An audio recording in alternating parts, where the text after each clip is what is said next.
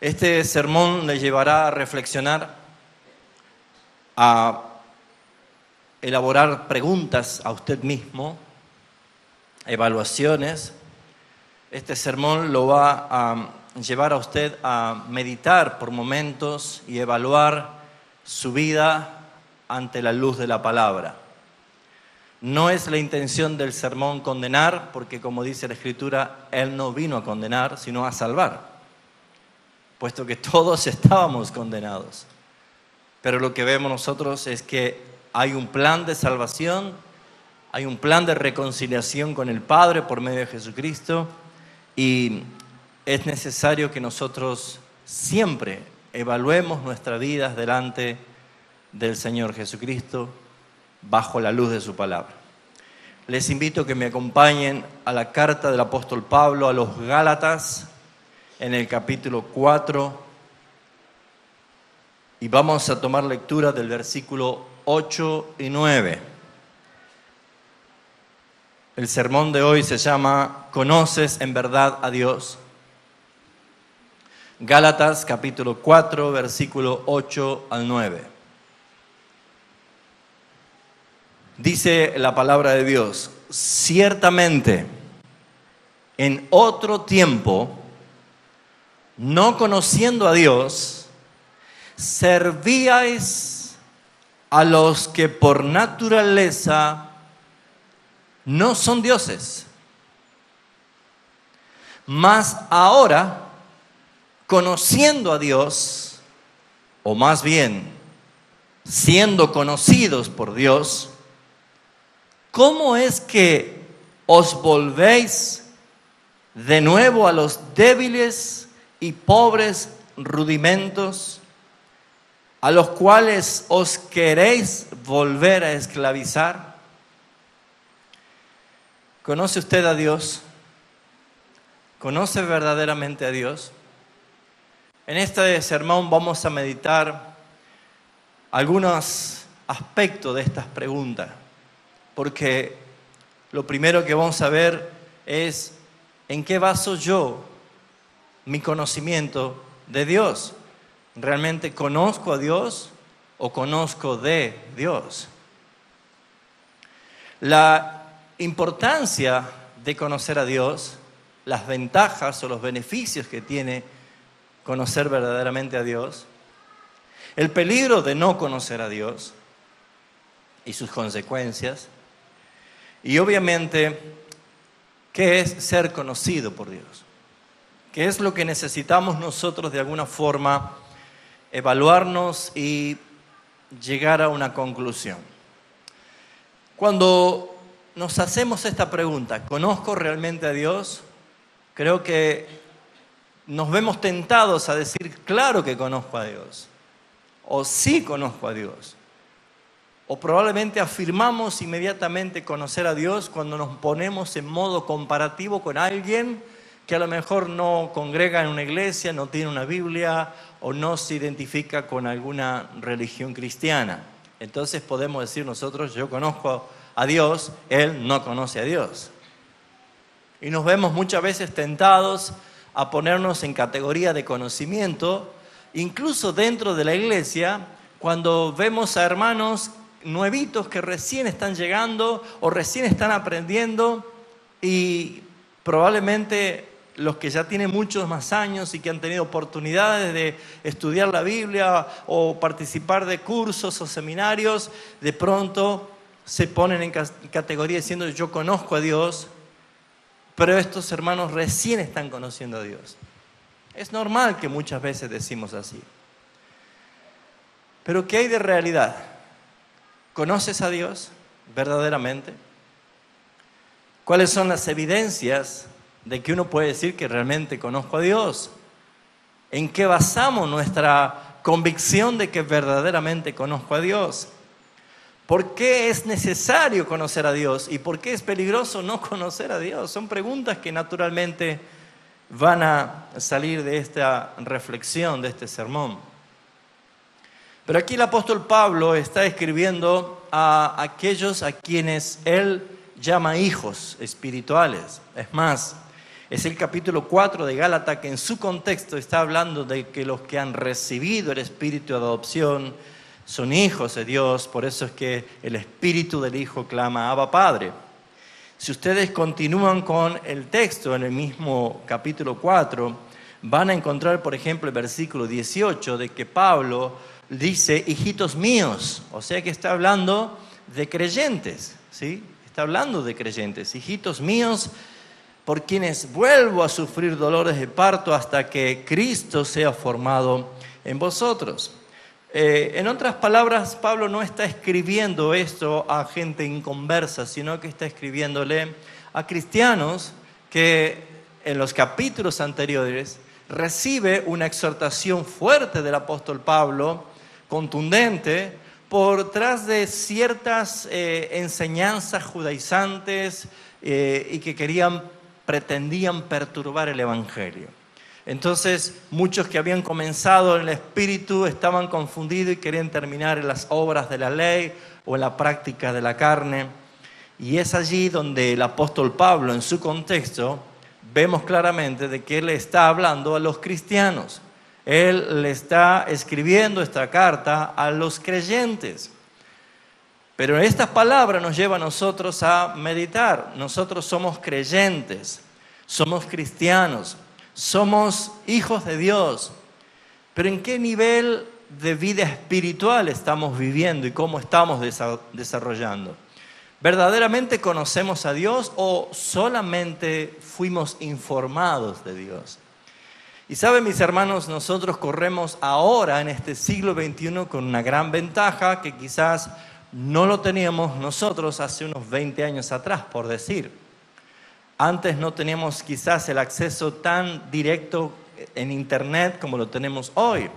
Si yo quería escuchar un predicador, tenía que ver dónde era la iglesia, a qué hora era la reunión y cuál era el predicador para ir a escucharlo.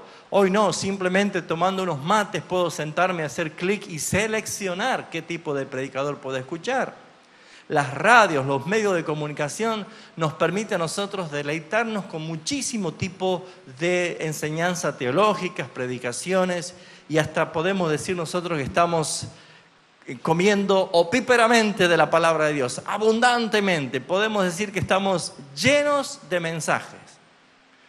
Pero la pregunta es esta: ¿conoces a Dios o te estás informando de Dios? Porque podemos nosotros llegar a esta conclusión.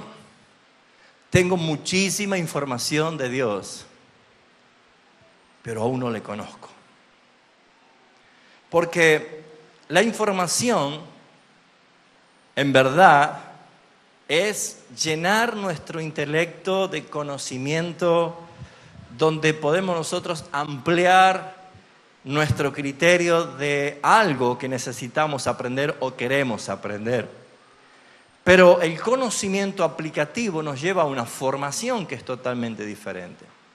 Y es aquí donde quiero detenerme por un momento para que meditemos en esto.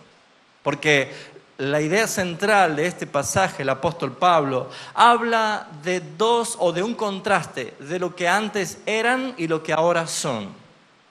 Antes eran personas que no conocían a Dios y por ende el modo de vivir, el resultado de su desconocimiento de Dios era justamente servir, entregar su vida al servicio, estar viviendo todo el tiempo ocupado en ¿qué cosa dice? Naturalmente en servir a los que no son dioses. O sea, servir todo tipo de cosas de este mundo. Si usted hace memoria de su vieja vida, probablemente aquí tenemos una variedad de ejemplos para citar de qué es lo que te ocupaba más tiempo antes que conozcas a Cristo. ¿Cuál era tu pasión antigua? ¿Qué es lo que te tomaba todo el tiempo o la gran parte del tiempo de tu vida? ¿Alguna pasión, algún deporte, algún vicio, el trabajo excesivo O a lo mejor otro tipo de cosas que probablemente hoy te acuerdas. ¿Cuánto tiempo me hizo perder? Pero el servicio por naturaleza que dice Pablo aquí es una naturaleza caída. Y claramente vemos nosotros en Efesios que Pablo está diciendo que por naturaleza servimos, sin conocer a Dios, a Satanás. Porque los deseos de él queremos hacer. Es más, gobierna los pensamientos. Pero lo que vemos nosotros aquí es que después del versículo 8, demostrar lo que eran antes, dice más ahora. Versículo 9, más ahora. Y dice, conociendo a Dios, más bien siendo conocidos por Dios, formula una pregunta. Si los que dicen que conocen a Dios ahora, si los que dicen que en verdad han sido transformados, han sido regenerados, han sido cambiados ahora, ¿quieren volver a hacer lo que hacían antes? ¿Quieren volver a esclavizarse como antes?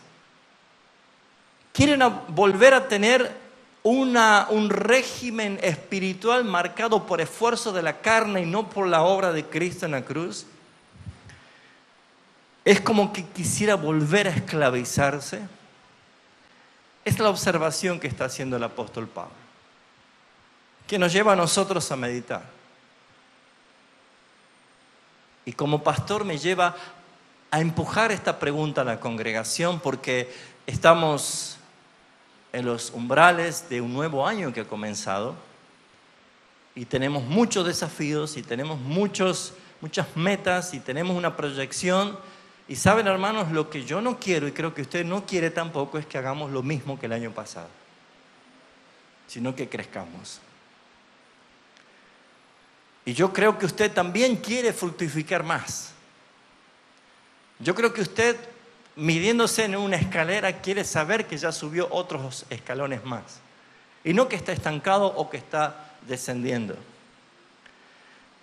Así que eso sí o sí nos tiene que decir qué hace un cristiano para madurar. O qué es lo que hace que un cristiano pueda crecer.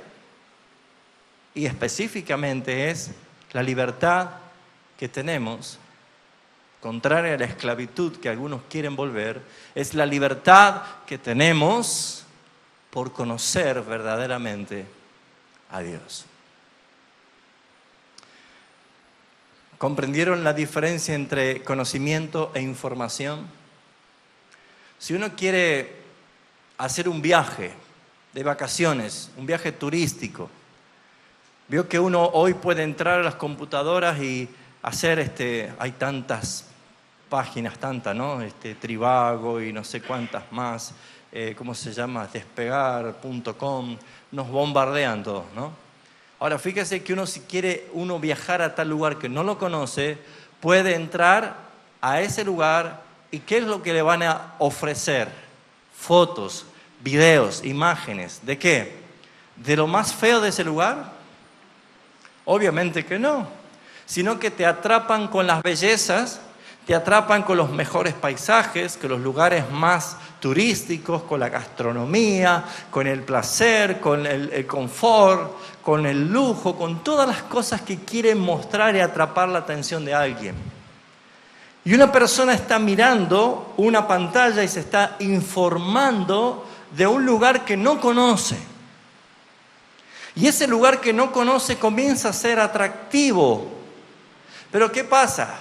Está cada vez más y más entusiasmándose y dice, mira qué hermoso lugar, qué belleza este lugar, qué belleza, qué paisaje, qué confort del hotel, viste las piletas, viste las barras de comida, viste esto, viste aquello, y uno, wow, dice, ¿no? Y cuando llega a la parte del precio,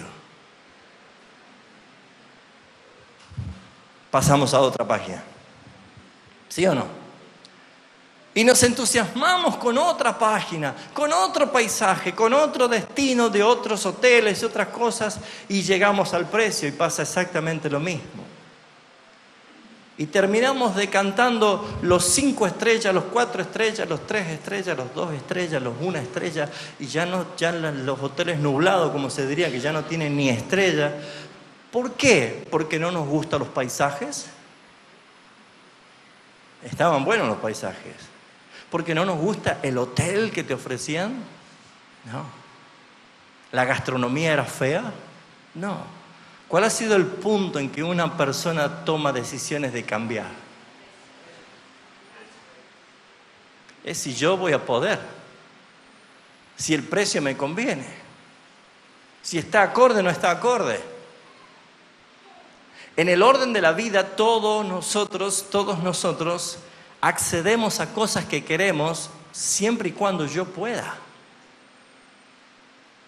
Vamos a ir a un bar a comer. ¿Y qué hacemos? Empezamos a ver de afuera la vidriera, ¿no? La carta. Y terminamos en chacho. Una milanga, ¿no? ¿Pero por qué? ¿Porque cocinan feo ese restaurante? No, sino que yo no llego. Mis hermanos, este ejemplo quiero ilustrar de que muchas personas ven difícil una relación genuina con Dios porque se las pasan viendo información de Dios. Y si escuchamos tanta información que hay de Dios, a veces quedamos tan pequeñitos y decimos, es imposible que yo llegue a tener una relación con Dios con todo lo que ellos están enseñando, predicando, diciendo. ¿Cómo hace una persona para que en verdad diga, es lícito de que yo pueda vivir esa realidad espiritual? Es no mirar el costo que tenés que pagar vos, porque es imposible pagarlo, pero es mirar que ese costo ya fue pagado por Cristo y que fue pagado eternamente y que fue pagado con lo más precioso y lo más caro que puede haber, que es su propia vida. Así que no está en lo que vas a recibir, sino en lo que se pagó. Y te garantiza que lo que se pagó, si es lo más caro, entonces obvio que todo lo que voy a recibir es lo mejor, ¿sí o no? ¿Se entiende lo que estoy diciendo? ¿Me hice entender? O sea, si de pronto alguien me dice, yo te voy a pagar las vacaciones, elegí el lugar, elegí el hotel, elegí lo que quieras, que yo te pago todo. Usted de modesto dice, no, acá en el río Loro, una cabañita. Pero te está diciendo, no mires el precio, yo te voy a pagar todo. Es obvio de que nosotros, por una cuestión de pudor, de temor o de vergüenza, vamos a tratar de ir subiendo de a poquito, ¿no es cierto? Sería una locura decir algo lo más caro, lo más costoso. Saben, hermanos, muchas veces nosotros tratamos así nuestra relación con Dios. Y déjeme decirle que nuestro Padre Celestial se deleita en darte. ¿Saben por qué? Porque Él nos dio su Hijo ya.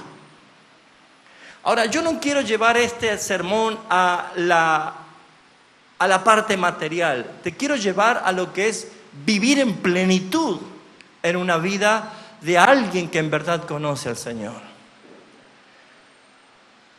¿Por qué nosotros podemos decir que conocemos verdaderamente a Dios? Ahora, veamos que la Biblia sí nos enseña que hay posibilidad de que haya personas dentro de una iglesia que dicen conocer a Dios, pero en realidad no lo conocen. Hay algunos textos que quiero resaltar. Si ustedes ponen su piolita allí en Gálatas 4, podemos ver algunos otros textos. Pero allí cerquita nada más en 1 Corintios capítulo 15. 1 Corintios capítulo 15. Nos dice el versículo 34. Dice, velad debidamente y no pequéis, porque algunos no conocen a Dios, para vergüenza vuestra lo digo. ¿Cuál es el contexto de este versículo? está hablando justamente de un tema de discusión. Capítulo 15 habla de la resurrección de los muertos, o sea, de la resurrección de Jesucristo, basada nuestra fe en Él. Ahora, es un tema doctrinal, pilar en la iglesia. Si nosotros negamos que Cristo resucitó, entonces vana nuestra fe. Así está hablando Pablo. Pero sin embargo hay algunos que están provocando división, provocando dudas dentro de la iglesia, y de tal modo que el apóstol Pablo en su ponencia explicativa dice el versículo 34, no erréis, las malas conversaciones corrompen las buenas costumbres. ¿A quién Pablo identifica? A los que no conocen a Dios, son a los que producen dentro de la iglesia divisiones, dudas, especialmente en contra de la palabra de Dios. Es posible que haya dentro de las iglesias personas que crean divisiones, que siembran dudas, que siembran discordia a través de palabras erradas. Sí. Por eso es que nosotros empezamos a ver que hay un consejo diciéndonos en la palabra de Dios que debemos tener cuidado. Y debemos, dice, no errar. Porque las malas conversaciones corrompen las buenas costumbres. ¿Quiénes son los que traen las malas conversaciones? Los que no conocen a Dios, dice el versículo 34. Por esa razón es que vamos a ver que no todos los que están dentro de una iglesia tienen un genuino encuentro con Jesucristo. No le conocen todavía. Lo segundo, no tan solo es la palabra. Si nosotros nos vamos a la carta del apóstol Pablo a Tito, vamos a encontrar allí en el capítulo 1, versículo 16, que no solo es la palabra, sino su conducta. Todos los que van a una iglesia y se dicen cristianos y miembros de una iglesia, ¿son realmente los que conocen a Dios? Fíjese lo que dice el apóstol Pablo en Tito 1:16. Profesan conocer a Dios. Profesan. Lo dicen de labios. Profesan conocer a Dios, pero ¿qué dice? Pero con los hechos lo niegan. ¿Qué tipo de hechos evidencia Pablo aquí? Siendo abominables y rebeldes, reprobados en cuanto a toda buena obra.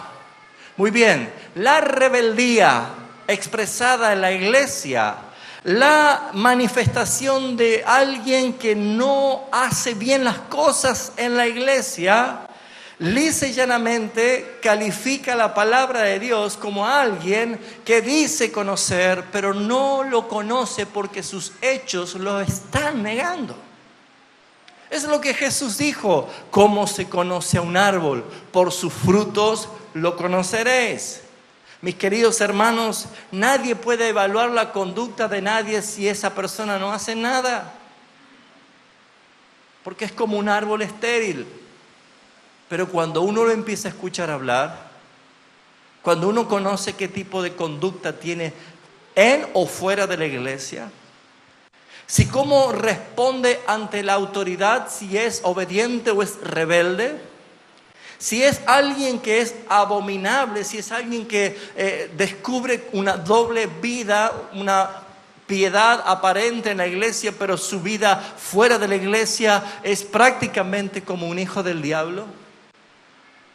La Biblia nos evidencia de que no todos conocen al Señor.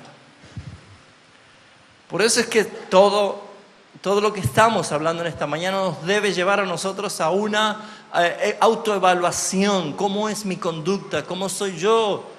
Para responder si conozco a Dios, ¿cómo soy yo? Porque, ¿saben, mis hermanos? Conocer a alguien requiere tiempo.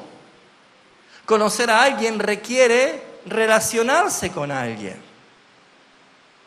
Es claro, si usted le pregunta a una esposa cómo es su esposo, es casi seguro que dice muchísimas cosas, porque le conoce. Pero si nosotros le preguntamos a alguien si conoce a aquella persona, mejor lo único que sabe es el nombre y nada más. ¿Por qué? Porque no tiene una relación más íntima de conocer a esa otra persona. Lo mismo pasa con el Señor. ¿Cómo digo yo que conozco al Señor verdaderamente? Bueno, el apóstol Juan en su primera carta, primera de Juan, capítulo 2,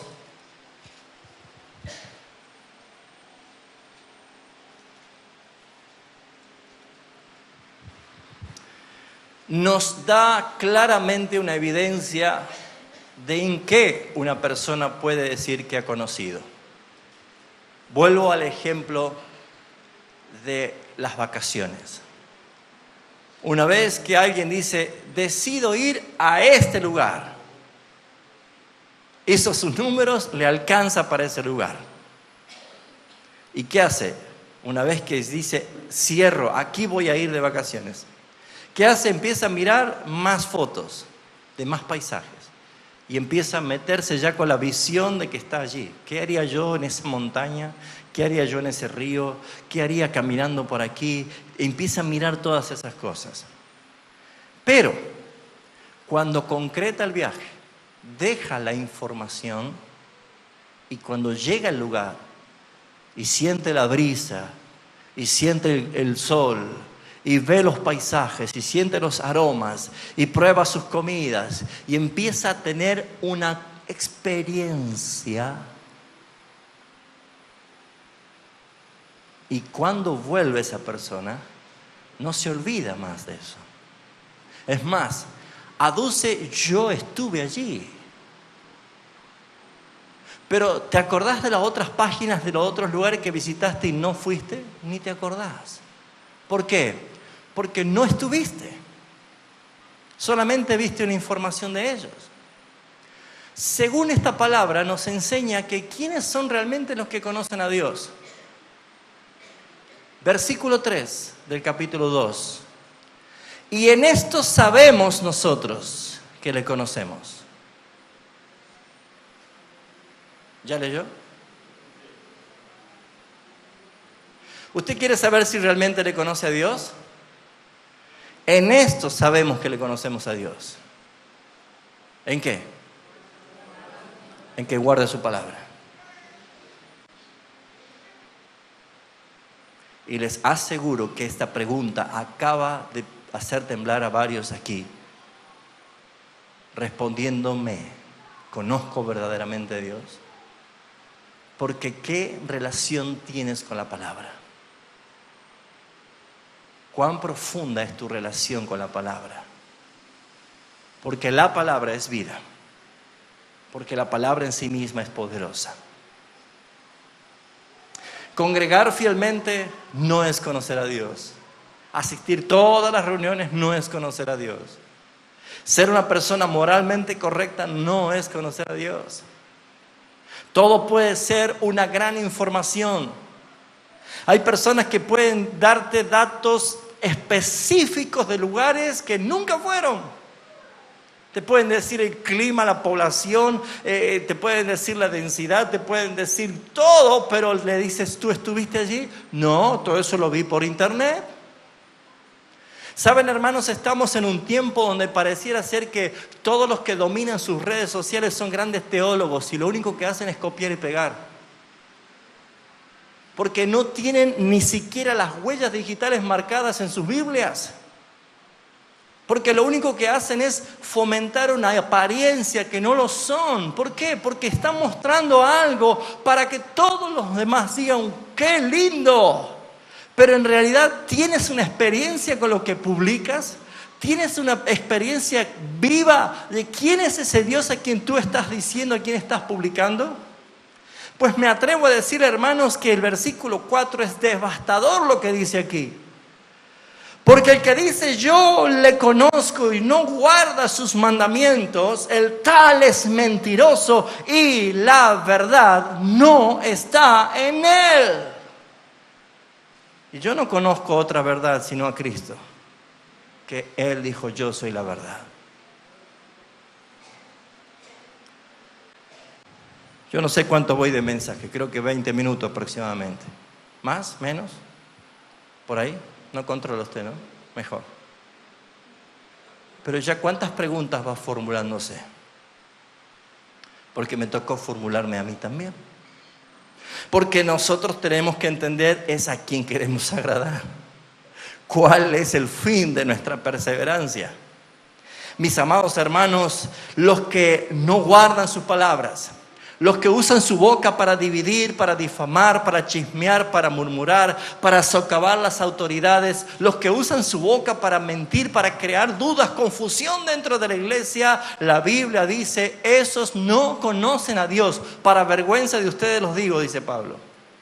Los que dicen que conocen a Dios pero son rebeldes, no se sujetan, hacen lo que quieren, están todo el tiempo pleiteando, haciendo cosas que no ayudan al crecimiento de la iglesia. Dice la palabra de Dios, con su boca profesan, mas con sus hechos lo niegan. Y claramente nos dice aquí la Escritura que si usted quiere probar si en verdad le conoce al Señor, lo que tiene que hacer es saber si usted guarda su palabra, si usted aplica su palabra. ¿Cómo puede un cristiano llamarse cristiano y sabe toda la lista de los jugadores de fútbol, que son 22 o no sé cuánto en la lista, pero no se sabe ni siquiera cuántos libros tiene la Biblia, y menos el orden?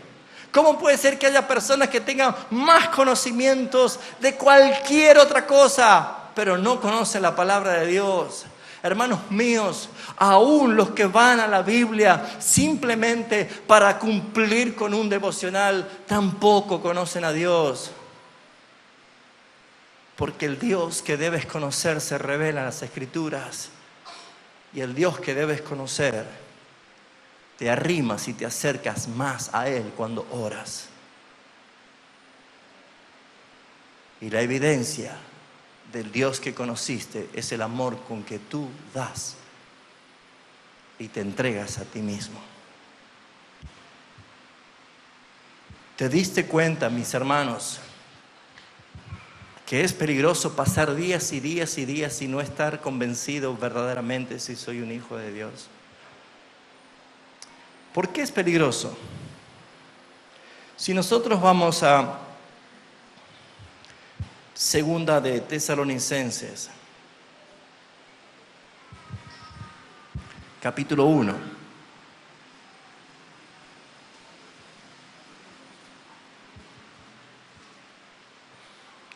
Segunda de Tesalonicenses, capítulo 1.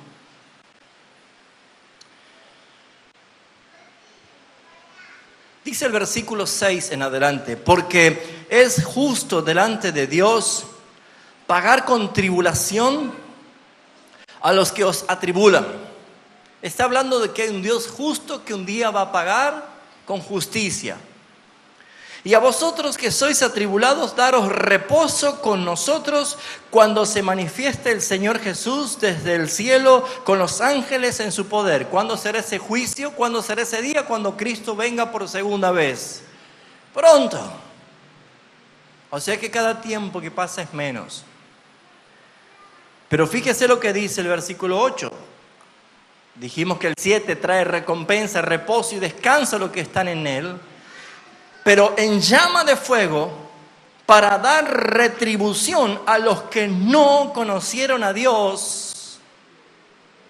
Pero no termina el versículo allí, sino que hay una clara evidencia de quienes no conocieron a Dios. Dice, a los que no conocieron a Dios ni obedecen el evangelio de nuestro Señor Jesucristo. Noten ustedes que el apóstol Pablo no dice ni obedecieron, como si fuera que el evangelio hay que obedecerlo una vez y ya está. Sino que está en tiempo presente continuo, ni obedecen. O sea que yo todos los días debo obedecer al evangelio. Porque todos los días yo debo entender lo que es la gracia salvífica y mi responsabilidad, la responsabilidad que yo tengo como un hijo de Dios. Pero no hay dudas de que Dios tiene bien en claro quiénes le conocen y quiénes no, porque hasta el mismo Señor Jesucristo dijo en Mateo capítulo 7 que en aquel día muchos me dirán, Señor, Señor, ábrenos. Y ese mismo día el Señor dirá, no los conozco.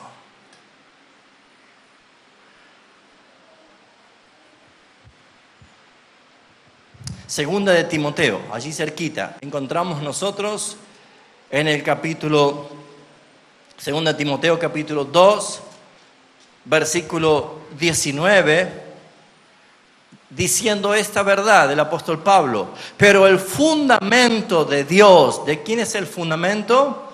De Dios. El fundamento de Dios está firme, teniendo este sello, es inviolable, es inalterable, no va a cambiar jamás. Este sello, esto que sella la vida de su pueblo, de cada uno de sus escogidos, tienen este mismo sello, este mismo fundamento porque es de Dios.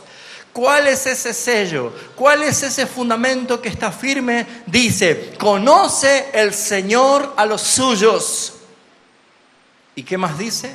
Y apártese de iniquidad todo aquel que invoca el nombre de Cristo. Así que aquí encontramos algo que el apóstol Pablo le decía a los Gálatas. Mas ustedes que conocen a Dios, o más bien siendo conocidos por Dios, encontramos nosotros que Dios es el que nos conoció primero.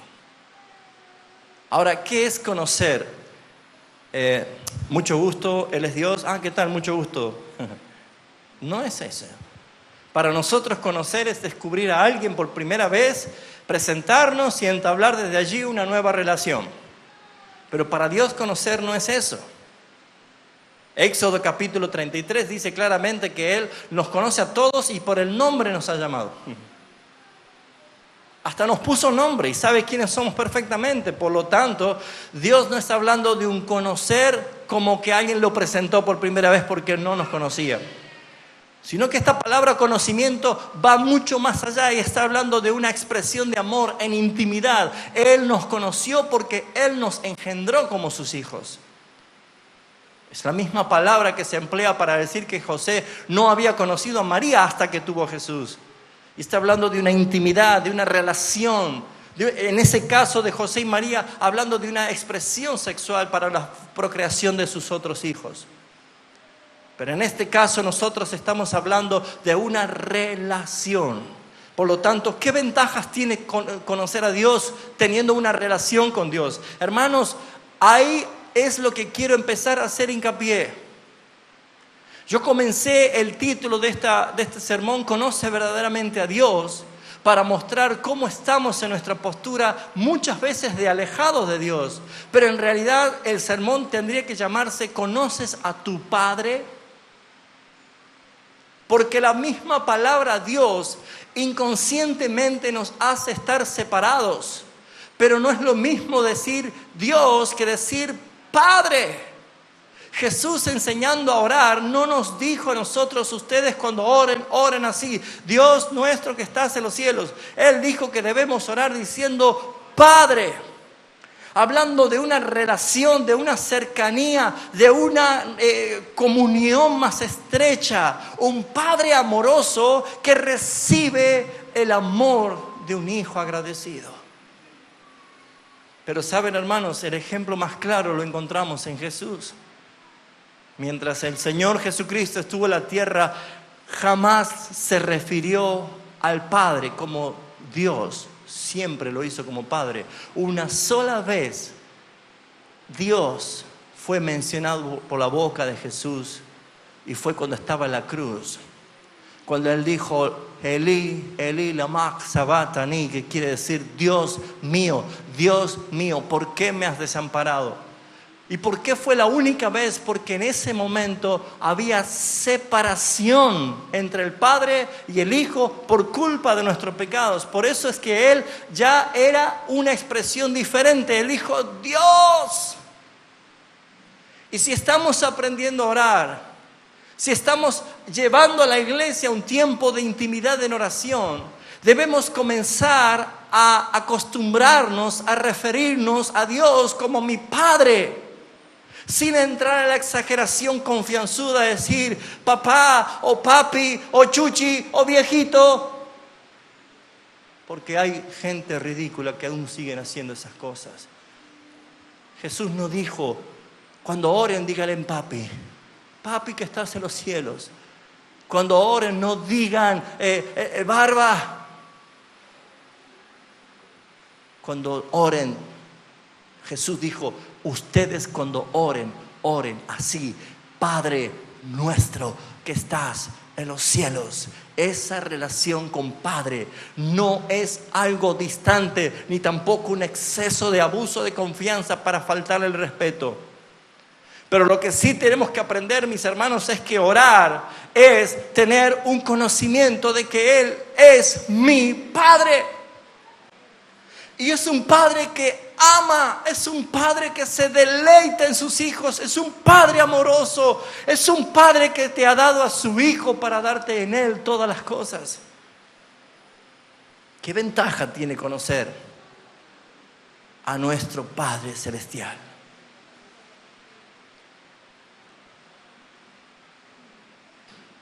Qué triste sería que para un hijo, el día que muere su papá, y lo sepultan, viene un escribano y le dice: perdón, ¿quién es el heredero de la fortuna? ¿Qué fortuna? Oh, su papá era multimillonario. Debe haber un error. No, sí, nada más que pareciera ser que usted nunca se interesó en fijar sus ojos en él, ni conocer quién era él, ni qué es lo que él tenía. Pero su realidad era esta.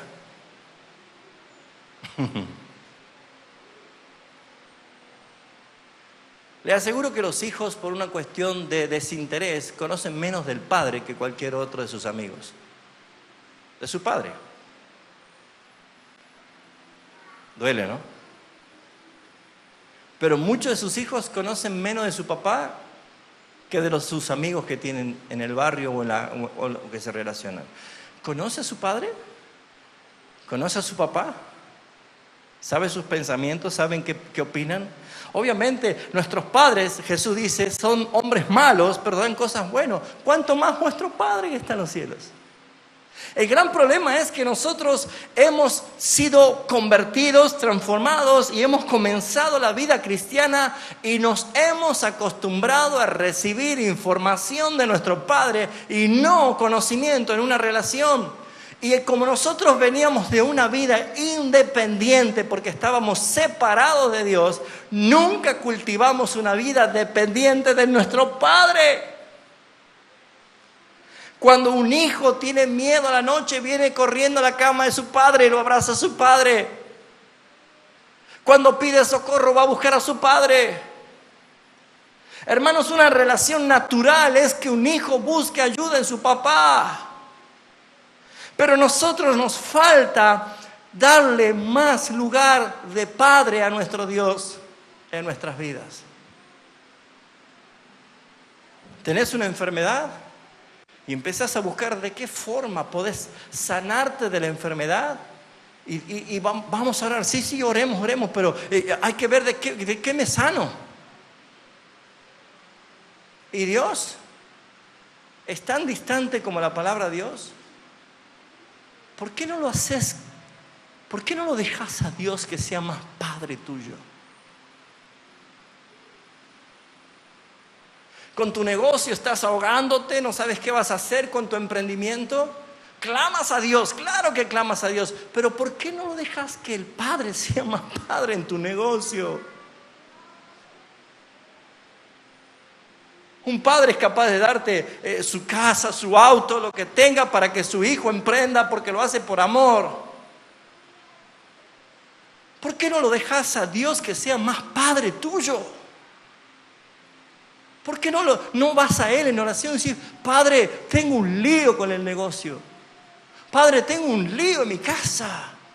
Oh, Padre, tengo un problema, un embrollo con mis hijos, no sé cómo solucionarlo. Y nuestro Padre es solícito en ayudarnos. Está dispuesto en ayudarnos. Hermanos, lea toda la Biblia, va a encontrar cuántas veces Dios, nuestro Padre Celestial, irrumpe a favor de su pueblo. Necesitas tener un encuentro conociendo verdaderamente las ventajas que tiene tu Padre Celestial. Todos sus atributos no son para decirlo de memoria, son para experimentarlos. son para vivirlos, son para gozarlos. Es tan ridículo tener a un Dios todopoderoso y no experimentarlo. Es como que esté muriéndome de calor en Tucumán y llego a mi casa y me estoy muriendo de calor.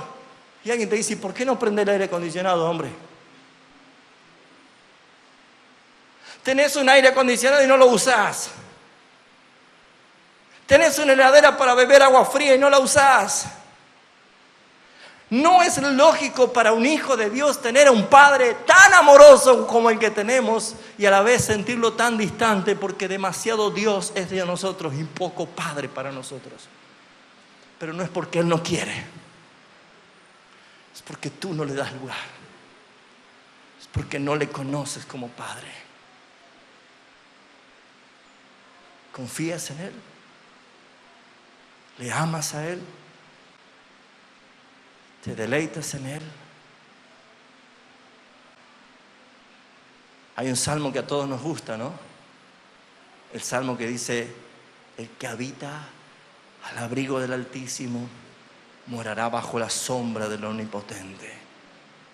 Ese mismo salmo dice, bajo sus plumas te cubrirá y bajo sus alas estarás seguro. ¿Cómo puedo decir yo que voy a estar seguro bajo una pluma? Será bajo un techo, en un búnker blindado de acero, pero bajo una pluma, es que esa pluma es del Padre. O sea, el salmista te lleva a pensar y a reflexionar. No sé si ustedes nunca reflexionan en eso. ¿Cómo puedo encontrar yo seguridad bajo una pluma? Y la seguridad es esa. Es que esta no es cualquier pluma, ¿no es cierto? Esta es la pluma del Padre. Porque yo ni loco voy a agarrar el oro que tengo y le saco la pluma para cubrirme de una granizada. Porque no me va a cubrir. Pero está hablando metafóricamente que aunque sea una pluma de tu Padre es suficiente para guardarte de todo temor y todo mal. ¡Una pluma!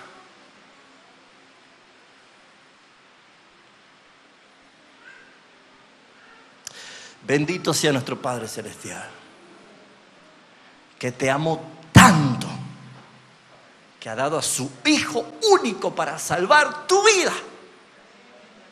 Tanto amor como ese no lo vas a encontrar en toda una eternidad, en ningún lado del universo. Solamente el amor del Padre Celestial, que te dice, está todo bien. Está todo bien.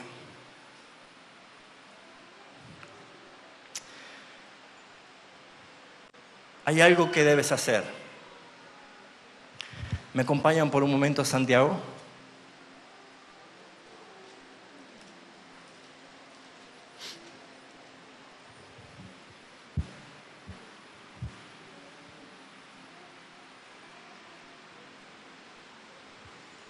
Ahora te voy a hablar de la complejidad y la simplicidad.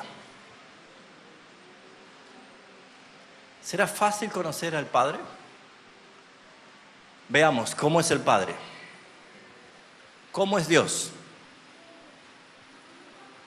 ¿Cómo soy yo y cómo es Dios? ¿Yo soy infinito o finito? Finito. Estoy hablando no de mi delgadez, ¿no? Finito. ¿Y Dios es? Infinito. ¿Puedo conocer yo siendo finito algo infinito? ¿Es posible? ¿Quién es Dios? El que dice que con 3 dedos junta todo el polvo de la tierra. El que la palma de su mano, Isaías 40, en la palma de su mano tiene todas las aguas de los océanos.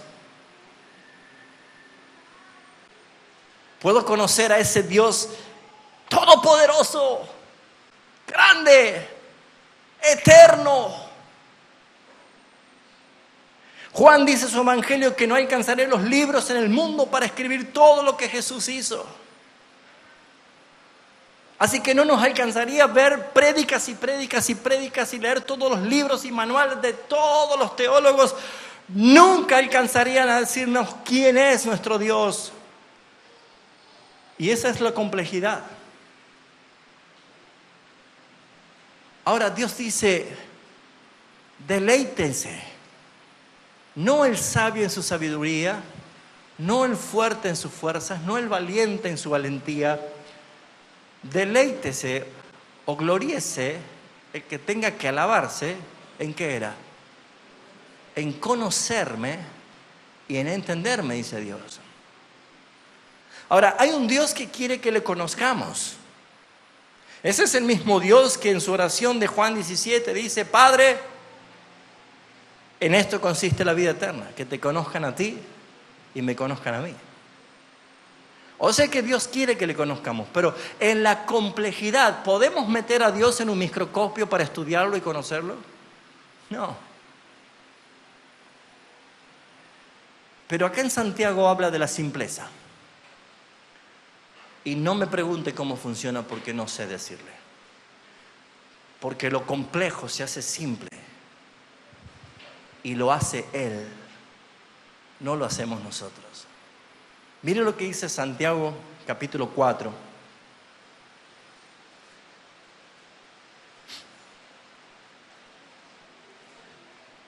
Y dice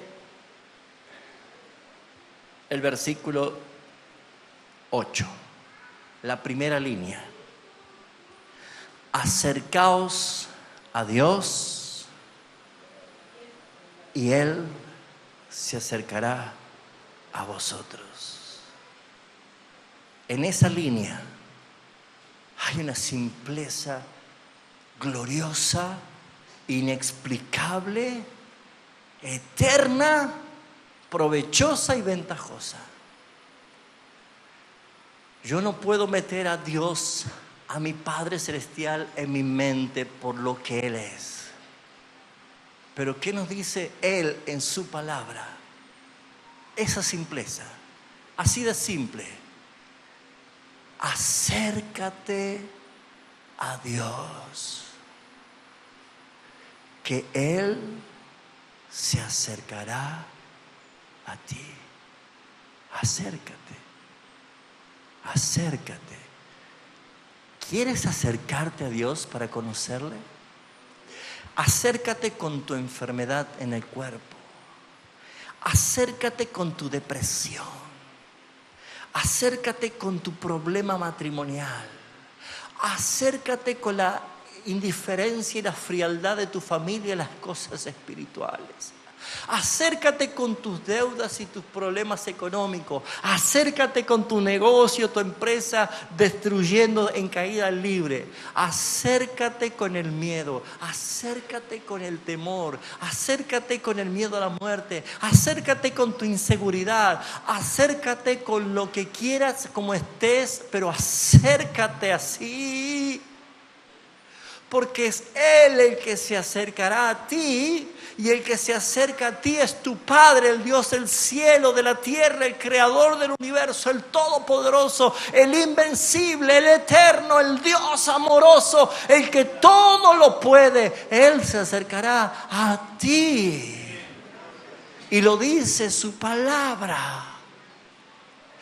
Pero ¿cómo te vas a acercar? Dice Hebreos 11:6 que el que se acerca a Dios debe acercarse creyendo que Él existe. Pero acérquese al Señor. No lo haga de una forma dudando, como dice Santiago capítulo 1. No dude, no dude. Dice el versículo 6, pida con fe, no dudando en nada. Porque el que duda es semejante a una onda del mar que es arrastrada por el viento. No piense pues quien tal haga recibir alguna cosa del Señor. ¿Qué me hace a mí estar convencido? Es conocer a mi Padre. Señor, le dijo Felipe, muéstrame al Padre y nos basta. ¿Y qué le dijo el Señor? Felipe, tanto tiempo he estado con ustedes y no me habéis visto. El que me ha visto a mí, ha visto a mi Padre. El que me ha conocido a mí, ha conocido a mi Padre. Así que mire a dónde vamos ahora. ¿Conoces a tu Salvador? ¿Conoces a Cristo? ¿Tienes una relación con Él? ¿Vio tantas preguntas que pueden haber de un sermón?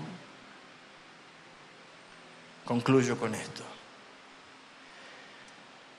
El conocimiento de nuestro Padre Celestial no es o no debería ser para nosotros una opción. Tiene que ser para nosotros una necesidad. Conozca al Padre que te ama. Conózcalo de verdad. Anímese usted a buscar y acercarse a Dios. Y volverá conociendo a su Padre. Deje que Él sea Padre en su vida. Consúltele, pídale consejos, llore ante Él, deje que Él le abrace, que Él le consuele. Si usted no sabe qué va a hacer con su vida, Él sí, pregúntele. Él dice, preguntadme y yo les haré conocer. No se proyecte en su Padre terrenal si no tuvo una buena relación o no lo conoció su Padre terrenal. Usted ha nacido de nuevo, ha nacido del Espíritu, ha sido engendrado por el Padre. Ya no hace falta proyectarse en ningún hombre, porque en el único que nos proyectamos para llegar al Padre se llama Jesucristo. No hay otro camino. A veces pensábamos que era una cuestión psicológica y eso es puro verso, hermano. Si ha nacido de nuevo, usted es del Padre Celestial. Arrímese a Él. Condúzcase como Él quiere, pero déjelo que Él sea su Padre. Amén.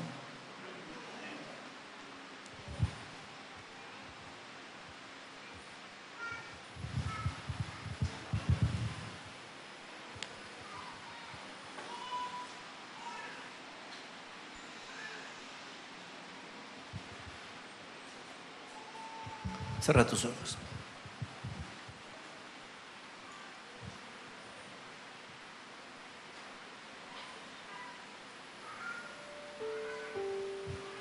¿Es el Dios del universo, el Dios de la Biblia, tu Padre? Acércate a Él y cultiva una relación. Búscale. Búscale, búscale. Así como estás. Ven a Él con tu dolor, con tus miedos, con tu inseguridad. Ven a Él.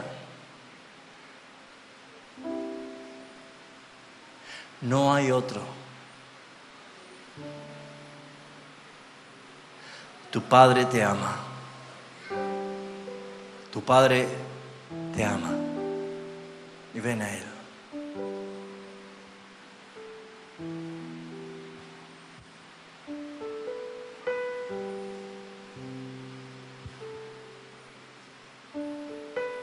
Jesús dijo, si ustedes padres malos saben dar cosas buenas a sus hijos, ¿cuánto más si pidieres al Padre que está en los cielos?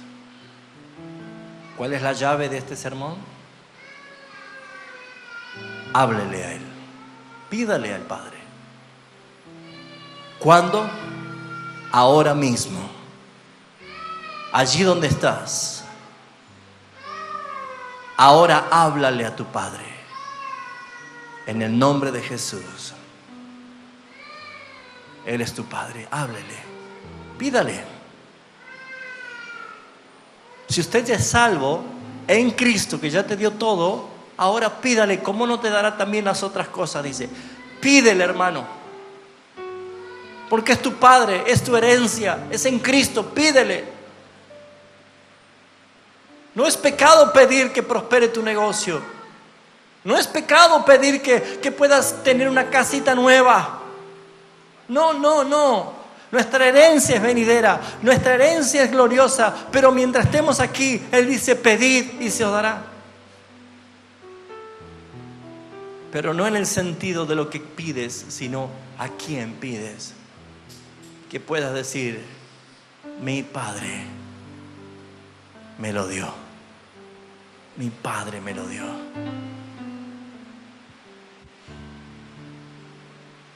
Gracias, Jesús. Gracias, Jesús. ¿Habrá algún hijo del Padre Celestial que se ponga de pie y levante sus manos y hable con Él ahora? Y que le diga todo lo que hay en su corazón, el anhelo de su corazón, el deseo de su alma. ¿Sabe cuánto se goza el Padre que no busca a nadie más que a Él? Porque Él es glorificado cuando nosotros en Él somos satisfechos. Padre Santo.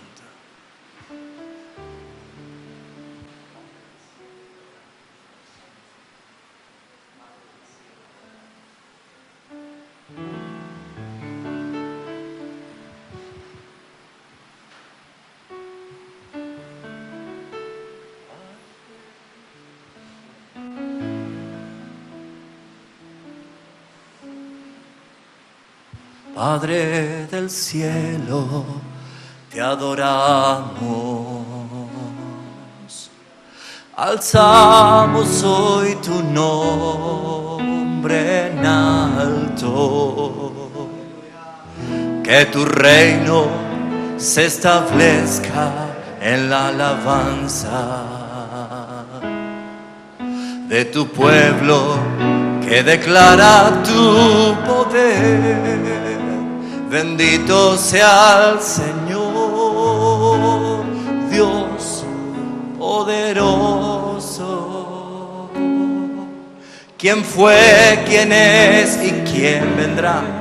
Vendrá. Bendito sea el Señor, Dios poderoso. Por siempre reinará. Mira, voy a pedirte que le levantes la mano a tu hermano, porque a lo mejor no tiene esa fuerza todavía. Pero levántale la mano a tu hermano y cantemos juntos a nuestro único Padre, nuestro Padre Celestial, que está aquí con nosotros por el Espíritu Santo de Dios. Padre del cielo, Padre del cielo, te adoramos. Alzamos hoy tu nombre, alzamos hoy tu nombre en alto. Que tu reino se establezca, que tu reino se establezca en la alabanza de tu pueblo que hoy declara, de tu pueblo que hoy declara tu poder. Bendito, bendito sea el Señor, Dios, Dios poderoso. ¿Quién fue, quién es y quién vendrá? Bendito sea el Señor, Dios poderoso. Por siempre reinarás. Bendito sea el Señor, Dios poderoso. ¿Quién fue, quién es y quién vendrá? Bendito sea el Señor, Dios poderoso. Por siempre reinarás, por siempre reinará, por siempre reinarás, por siempre reinarás.